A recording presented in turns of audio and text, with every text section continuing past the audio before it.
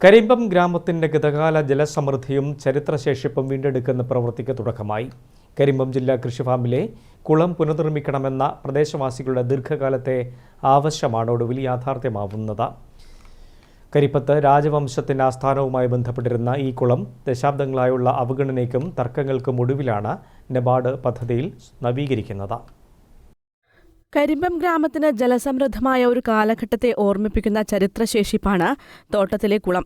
കരിപ്പത്ത് രാജവംശത്തിന്റെ ആസ്ഥാനമായിരുന്ന ഈ പ്രദേശത്ത് ബ്രിട്ടീഷുകാർ ഫാം സ്ഥാപിക്കുകയും സ്വാതന്ത്ര്യാനന്തരം സർക്കാരിന്റെ അധീനതയിലാക്കുകയും പിന്നീട് ജില്ലാ കൃഷി ഫാമിനായി ഏറ്റെടുക്കുകയുമായിരുന്നു. കരിപ്പത്ത് എന്ന പേരിൽ നിന്നാണ് കരിമ്പം എന്ന പേര് രൂപപ്പെട്ടതെന്നാണ് ചരിത്രം പറയുന്നത്. ബ്രിട്ടീഷ് ഭരണകാലം മുതൽ കൃഷി ആവശ്യങ്ങൾക്കായി ഉപയോഗിച്ചിരുന്ന ഈ മനോഹരമായ കല്ലുകെട്ടിയ കുളം 1/4 നൂറ്റാണ്ട് മുൻപാണ് ഫാം അധികൃതർ പൊതുജനങ്ങൾക്ക് വിലക്കേർപ്പെടുത്തി അടച്ചുപൂട്ടിയത്. കുളത്തിലെ കല്ലുകൾ ഇളക്കി മാറ്റിയും മരങ്ങൾ വെട്ടിയിട്ടും കുളം ഉപയോഗശൂന്യമാക്കിയതിനെതിരെ പ്രദേശവാസികളും പരിസ്ഥിതി പ്രവർത്തകരും നിരന്തരമായ പ്രതിഷേധത്തിലായിരുന്നു. 2019 ജില്ലാ പഞ്ചായത്ത് കുളം നവീകരിക്കാൻ തീരുമാനിച്ച് പലതവണ ടെൻഡർ വിളിച്ചിട്ടും ആരും ഏറ്റെടുക്കാൻ തയ്യാറാവാതിരുന്നതോടെ ഇപ്പോൾ ഫാമിലെ വനിതാ ജീവനക്കാരെ തന്നെ ഉപയോഗിച്ച് പുനർനിർമ്മാണം ആരംഭിച്ചുവെങ്കിലും പൂർത്തിയാക്കാൻ സാധിച്ചില്ല.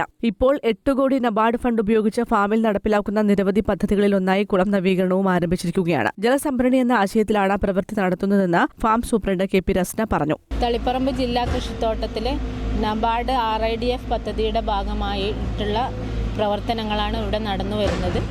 ഇതിൽ ജലസംഭരണിയുടെ നിർമ്മാണം പ്രവർത്തനങ്ങളാണ് ഇവിടെ നടന്നു വരുന്നത്. ഏകദേശം 19 ലക്ഷം ലിറ്റർ കപ്പാസിറ്റിയുള്ള ഒരു കുളമാണ് ഇവിടെ ഇപ്പോൾ ഉണ്ടാക്കിയിരിക്കുന്നത്. ഇത് മുമ്പ് ഇവിടെ ഒരു ജലസംഭരണി ഉണ്ടായിരുന്നു. അപ്പോൾ അത് തീരെ പര്യാപ്തമല്ലാത്തതിനാണ് ഇങ്ങനൊരു പുതിയൊരു സംരംഭത്തിന് ഇവിടെ തുടക്കം കുറിച്ചിരിക്കുന്നത്.